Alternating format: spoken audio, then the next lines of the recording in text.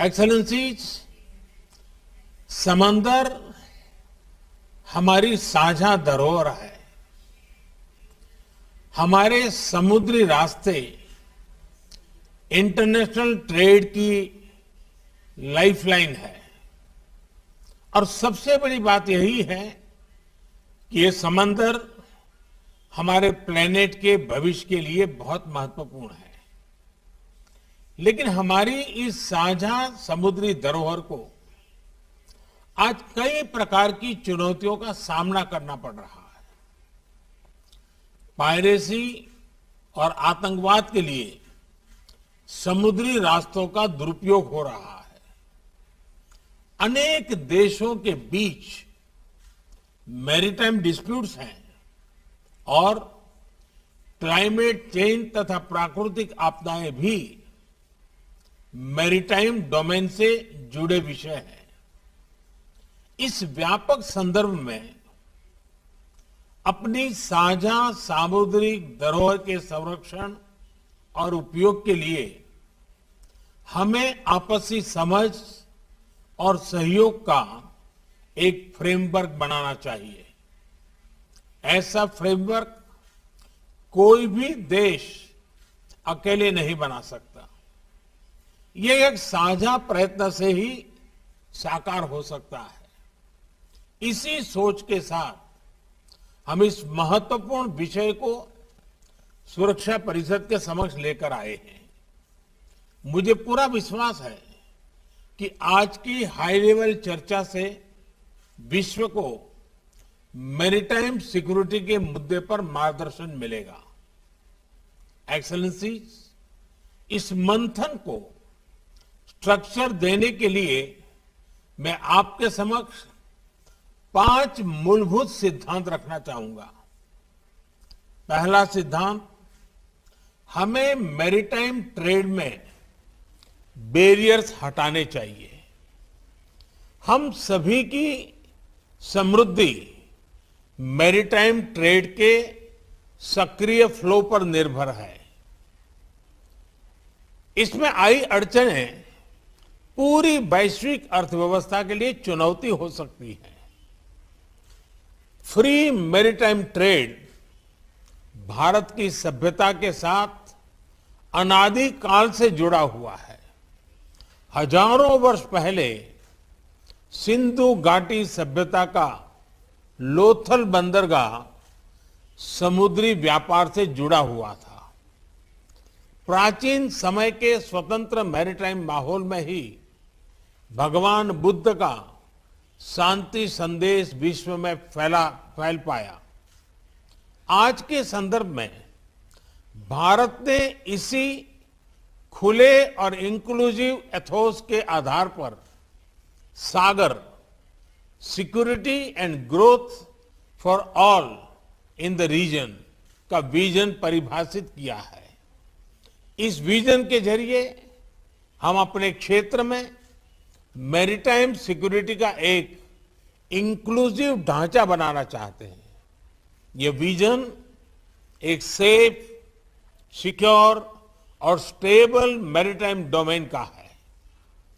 Free maritime trade के लिए यह भी आवश्यक है कि हम एक दूसरे के नाविकों के अधिकारों का पूरा सम्मान करें।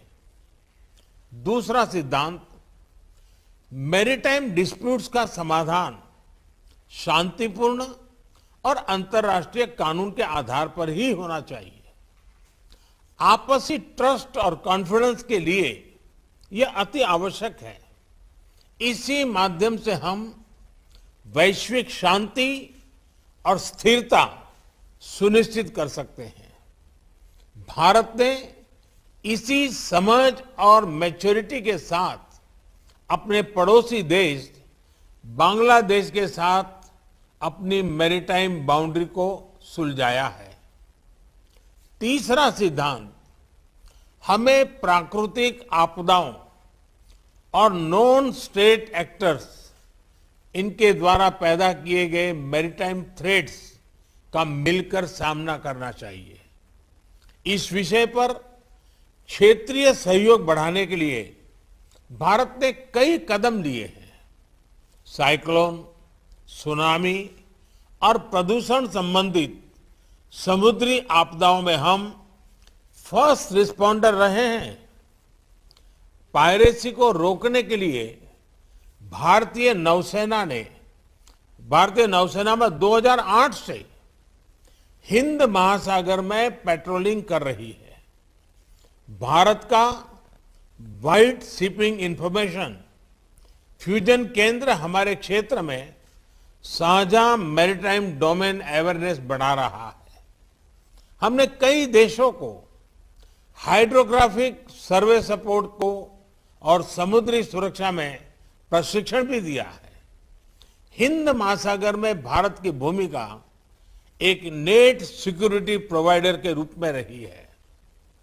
चौथा सिद्धांत, हमें मैरीटाइम एनवायरनमेंट और मैरीटाइम रिसोर्सेज को संजोकर रखना होगा।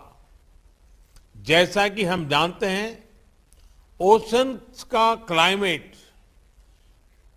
क्लाइमेट पर सीधा इंपैक्ट होता है और इसलिए हमें अपने मैरीटाइम एनवायरनमेंट को प्लास्टिक्स और ऑयल स्पिल्स जैसे प्रदूषण से मुक्त रखना होगा और ओवरफिशिंग और मैरीन पोचिंग के खिलाफ साझा कदम उठाने होंगे। साथ ही हमें ओशन साइंस में भी सहयोग बढ़ाना चाहिए। भारत ने एक महत्वाकांक्षी डीप ओशन मिशन लॉन्च किया है। हमने सस्टेनेबल फिशिंग को प्रोत्साहन देने के लिए भी कई पहले ली हैं। पांचवा सिद्धांत, हमें रिस्पॉन्सिबल मैरीटाइम कनेक्टिविटी को प्रोत्साहन देना चाहिए। यह तो स्पष्ट है कि समुद्री व्यापार को बढ़ाने के लिए इंफ्रास्ट्रक्चर का निर्माण आवश्यक है, लेकिन ऐसे इंफ्रास्ट्रक्चर प्रोजेक्ट्स के डेवलपमेंट में देशों की फिस्कल सस्टेनेबिलिटी और एब्सॉर्प्शन कैपेसिटी उसको भी ध्यान में रखना होगा। इसके लिए हमें उचित वैश्विक नॉर्म्स और स्टैंडर्ड्स बनाने चाहिए। एक्सेलेंसीज, मुझे विश्वास है इन 5 सिद्धांतों के आधार पर मैरीटाइम सिक्योरिटी कोऑपरेशन इसका एक वैश्विक रोड मैप बन सकता है। आज की ओपन डिबेट की उच्च और सक्रिय भागीदारी यह दिखाती है कि यह विषय सुरक्षा परिषद के सभी सदस्यों के लिए महत्वपूर्ण है। इसके साथ मैं एक बार फिर आपकी उपस्थिति के लिए आपका आभार व्यक्त करता हूं। धन्यवाद।